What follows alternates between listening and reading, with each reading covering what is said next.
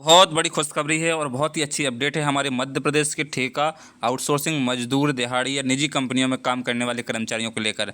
जी हाँ दोस्तों, मध्य प्रदेश शासन का राजपत्र यानी गजट जारी हुआ है।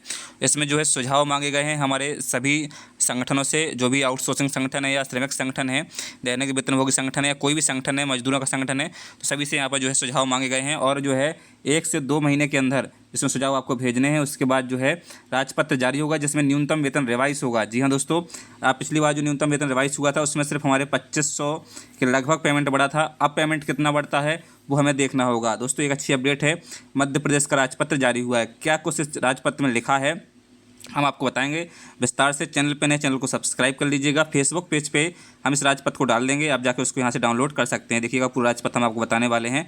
तो 30 अप्रैल को ये राजपत्र जारी किया गया था। ये देखिएगा, मध्य प्रदेश राजपत्र असाधारण प्राधिकरण से प्रकाशित, भोपाल, गुरुवार दिनांक 30 अप्रैल 2026, यानी 30 अप्रैल को इसको जारी किया गया था।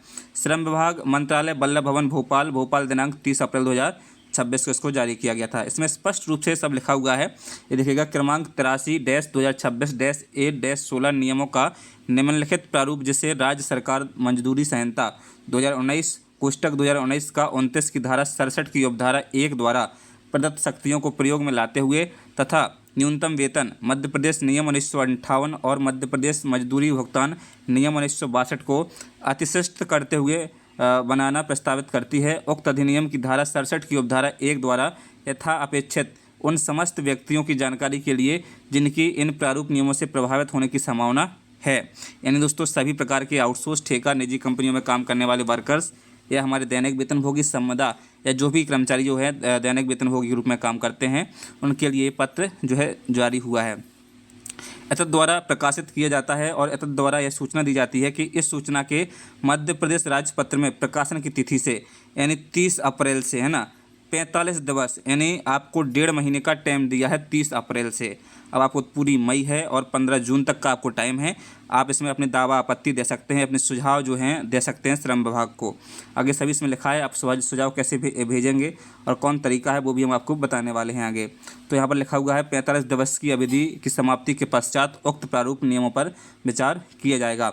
उक्त प्रारूप नियमों के संबंध में किसी भी व्यक्ति या संगठन से ऊपर विनिर्दिष्ट अवधि की समाप्ति पर या उसके पूर्व प्राप्त होने वाली आपत्तियों और सुझावों को सचिव मध्य प्रदेश शासन, श्रम विभाग, मंत्रालय, वल्लभ भवन, भोपाल को संबोधित एवं प्रेषित किया जा सकेगा या ईमेल के माध्यम से जो है आप ईमेल आईडी नोट कर लीजिएगा। इस ईमेल आईडी पे आपको भेजना है ना।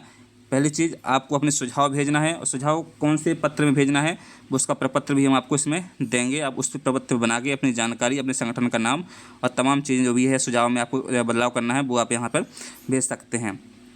पर प्रेषित किया जा सकेगा जिस पर राज्य शासन द्वारा विचार किया जा सकेगा। आपत्तियां या सुझाव नीचे दिए गए प्रपत्र में अंतर्वृष्ट कॉलम में दी जानकारी आ जाएगी, अर्थात यानी जो कॉलम दिए गए हैं उसमें आपको जानकारी भेजना है। एक कॉलम में देखिएगा, पहला कॉलम रहेगा व्यक्ति या संगठन का नाम तथा उसका पता। दूसरा कॉलम रहेगा नियम या उपनियम जो कि संशोधित किए जाने हेतु प्रस्तावित है। पुनरीक्षित नियम या उपनियम जो कि प्रतिस्थापित किए जाने हेतु प्रस्तावित है, उसका कारण आपको यहाँ पर लिखना पड़ेगा।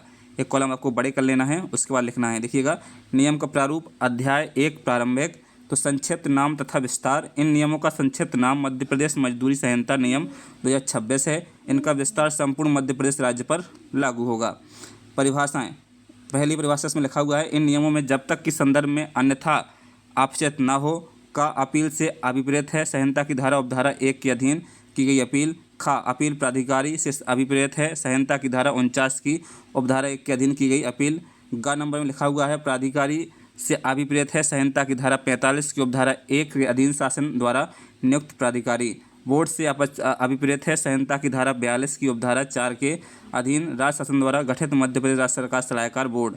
एडा में लिखा हुआ है अध्यक्ष से अभिप्रेत है मध्य प्रदेश राज्य सलाहकार बोर्ड का अध्यक्ष। संहिता से अभिप्रेत है मजदूर संहिता 2019 या 2019 या 29। समिति से अभिप्रेत है कि संहिता की धारा 8 की उपधारा 1 के खंड का के अधीन मध्य प्रदेश शासन द्वारा गठित समिति। तो ये दोस्तों राजपत्र जो है बहुत ही अच्छी अपडेट लेके आया है हमारे लिए और ये परिणाम है आप सभी के इकट्ठा होने का, आंदोलन करने का। अब हर संगठन जागरूक हो चुका है और कहीं ना कहीं आए दिनों भोपाल में आंदोलन भी हो रहे हैं। तो उसी का परिणाम है कि सरकार भी इस तरफ ध्यान देने लगी है और जो राजपत्र जारी हुआ है फिर से आप सभी की एक बार पेमेंट बढ़ने वाली है।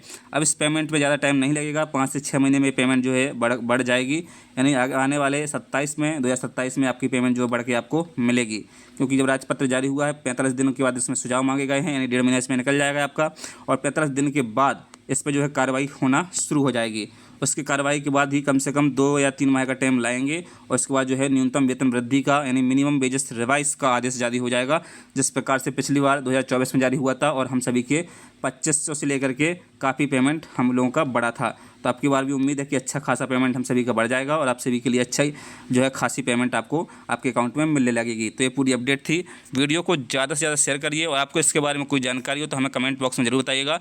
और हम भी सभी लोगों से जानकारी ले रहे हैं, अभी वीडियो में सिर्फ नॉर्मली जानकारी के लिए बताया आपको, और सभी को जो समझ में आया हो वो भी हमें आप बताइएगा। हम भी जो है अन्य संगठित लोगों से, नेताओं से हम बात करेंगे, उसके बाद आपको वीडियो के माध्यम से सूचना दे देंगे। तो चलिए मिलते हैं नए वीडियो में नई अपडेट के साथ। जय हिंद, जय भारत, टेक केयर।